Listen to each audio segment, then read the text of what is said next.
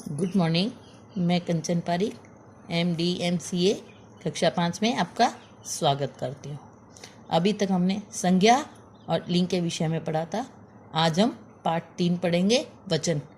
मुझे उम्मीद है आप लोगों ने पहले भी इसके बारे में पढ़ा हुआ है, हर क्लास की एक्सरसाइज में इसमें पढ़ा हुआ है। वचन यानी कि नंबर्स क्या होते हैं, चलिए हम शुरू करते हैं। वचन क्या होता है? शब्द के जिस रूप से उसके एक या अनेक होने का बोध हो उसे वचन कहते हैं। यानी कि किसी एक शब्द से जिससे ये पता चले कि ये वस्तु या जो भी चीज़ है ये एक है या अनेक है, उसे वचन कहते हैं। इसकी उचित परिभाषा ये होगी, हिंदी भाषा में वचन उसे कहते हैं जिससे हमें ये पता चले कि ये वस्तु एक है या ज़्यादा। वचन दो प्रकार के होते हैं, एक वचन यानी जिसमें एक वस्तु होती है, और बहुवचन जिसमें बहुत ज़्यादा चीज़ें होती है। चलिए, एक वचन की परिभाषा क्या होगी? शब्द के जिस रूप से व्यक्ति या वस्तु के एक होने का बोध हो यानी कि पता चले, उसे एक वचन कहते हैं। जैसे गाय, मेज, पुस्तक, लड़का आदि ऐसे शब्दों से जिनसे हमें ये पता चले कि ये चीज़ एक ही है, उसे हम एक वचन कहेंगे। उसमें जैसे कोई एक गाय, मेज, पुस्तक, ये सब एक वचन में आते हैं। उसके बाद इसका दूसरा रूप है बहुवचन। शब्द के जिस रूप से एक से अधिक व्यक्तियों या वस्तुओं का बोध हो उसे बहुवचन कहते हैं। ऐसी शब्द जिनसे हमें पता चले कि ये जो चीज़ है या जो व्यक्ति है या वस्तु है ये एक से ज़्यादा मात्रा में हो तो उसे हम बहुवचन कहेंगे। जैसे हमने एक वचन में तो पढ़ा था गाय, पर बहुवचन में उस गाय का गाय बन जाएगा। एक वचन में तो मेज था, पर मेज बहुत सारी होंगी तो वो मेजें कहलाएंगी। यदि एक चीज़ पुस्तक है तो वो पुस्तक कहलाएगी, परंतु बहुत सारी होने पर वो पुस्तकें कहलाएगी आदि। चलिए, अब एक वचन और बहुवचन में आपको फर्क पता चल गया। एक वचन जिसमें एक वस्तु होती है और बहुवचन जिसमें बहुत सारी वस्तुएं होती है वो बहुवचन कहलाएगी, और एक वस्तु एक वचन कहलाएगी। अब आपको ये समझ में आ गया होगा। चलिए, अब हम क्या करते हैं, अब हम एक वचन और बहुवचन के कुछ शब्द पढ़ते हैं, और मैं आपको अभ्यास में से करने के लिए इसी में से दूंगी।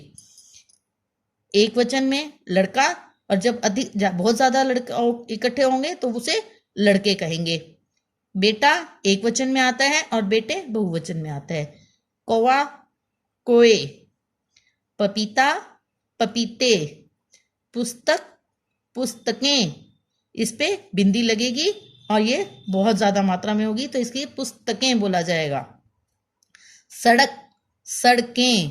गाय, गायें। आँख, आँखें। घोड़ा, घोड़े। चीता, चीते। गुब्बारा, गुब्बारे। बगीचा, बगीचे। भैंस, भैंसें। किताब, किताबें। तोप और तोपें। पलक, पलकें। इन शब्दों में आपको एक ध्यान रखना है कि जहाँ बिंदी लगी हुई है उसे आप बिंदी के रूप में पढ़ेंगे, और जो चंद्रबिंदु के रूप में लगा हुआ है उसे चंद्रबिंदु के रूप में ही पढ़ेंगे। जो शब्द जैसा है उसे सही शब्द की तरह से उच्चारण कीजिए, ताकि आपको उसे पढ़ने में और याद करने में गलतियां ना हो। मैं आपको इसके साथ ही कुछ अभ्यास दे रही हूँ, और उस अभ्यास को आप अच्छी तरह से लिखकर फिर याद करें और उसके बाद उसका सही उच्चारण करें। जैसा आप उच्चारण करेंगे वैसा ही आप लिखेंगे, इसलिए सही लिखने के लिए उस शब्द का सही उच्चारण होना बहुत ज़रूरी है। चलिए, मैं अब आपको गृह कार्य दे रही हूँ, आप उस गृह कार्य को पूरा करने की कोशिश कीजिए।